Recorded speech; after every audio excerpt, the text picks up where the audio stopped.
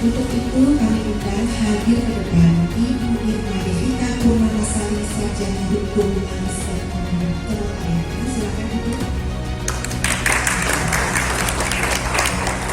Selanjutnya Ibu Lena Martin, Sarjana Hukum Magister Kementerian. Bapak dan Ibu sekalian, agar lebih mengenal para narasumber kita, izinkan saya akan membacakan CV beliau. Sebelum kita mulai acara ini, izinkan saya menyampaikan alur acara sebagai berikut. Pertama, nanti sesi pemaparan dari narasumber Ibu Irma dan diikuti dengan tanya jawab, waktu kurang lebih 1 jam 40 menit ya Ibu. Lalu sesi kedua, nanti pemaparan dari narasumber Ibu Lena dan diikuti dengan tanya jawab selama 1 jam.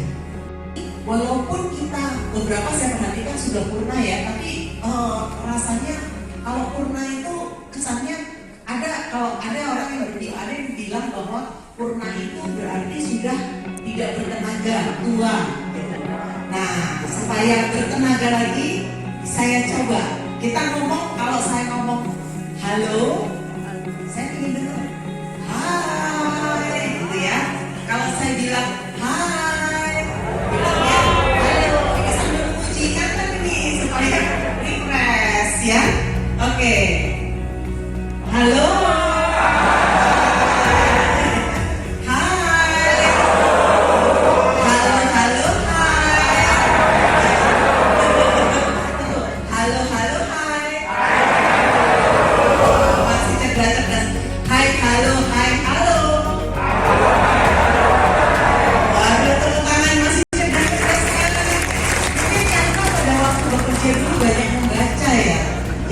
Betul-betul masih sangat cerdas. Jadi siap banget. Bapak Ibu siap gak nih dengerin materi ini? Siap.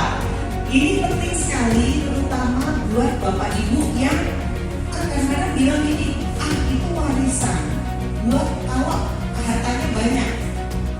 Tapi jangan salah Bapak Ibu sekalian, terkait dengan warisan tidak hanya harta, tapi juga utang. Nah, itu. Sebetulnya pewarisan itu ada macam-macam. Ada pewarisan secara hukum waris Islam, ada pembagian secara hukum adat, dan ada yang secara perdata barat. Nah, itu 3 ini yang diakui di Indonesia. Jadi bukan pewarisan itu, hukum waris itu cuma berlaku satu untuk semua orang, enggak gitu. Karena pada praktek-prakteknya di hukum adat juga tetap berlaku. Contohnya misalnya yang tadi sempat dicontohin itu buat orang yang Chinese seringnya anaknya yang perempuan dapat ya begini. Nah, itu kan boleh diatur juga sebagai hukum adat yang diberlakukan pada umumnya di adat itu. Tapi pada prakteknya ini yang sering berlaku adalah hukum negara, yaitu hukum perdata pewarisan hukum secara. Nah, kalau pewarisan secara perdata barat, kalau tadi Ibu Irma udah sampai ngasih kunci-kuncinya, kisi-kisinya. Yang penting itu adalah paling pertama harus ada hukum negara. Nah, kecuali misalnya dari dalam perkawinan. Jadi selain dari keluarga dalam artian anak kandung, orang tua, nah itu semua yang punya hak untuk mewaris lagi adalah pasangan ikatan perkawinan. Tapi ikatan perkawinannya seperti apa? Misalnya pada saat hidup mereka menikah.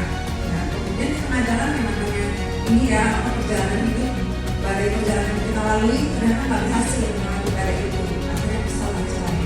Apakah si istri, mantan istri atau mantan suami ini masih dapat bagian atau enggak? Kira-kira?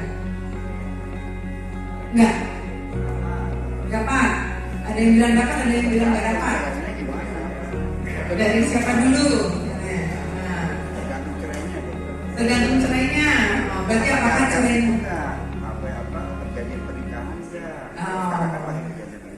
Perjanjian pernikahan apa enggak? Sah atau tidak pernikahannya? Kalau ini kayaknya udah cerdas-cerdas banget ya. Soalnya kompas banyak bicara. Betul banyak membaca banyak ya. Anak siri dengan anak zina. Anak zina itu tidak bisa diakui sebagai anak luar kawin atau apalagi sebagai anak sah. Karena dia lahir di kala bapak atau ibunya, bapak atau ibu si anak zina ini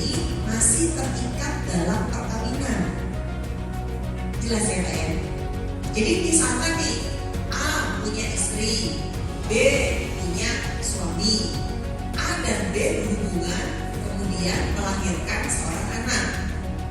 Itu disebut sebagai anak zina. Berbeda dengan A bujana, B masih gadis.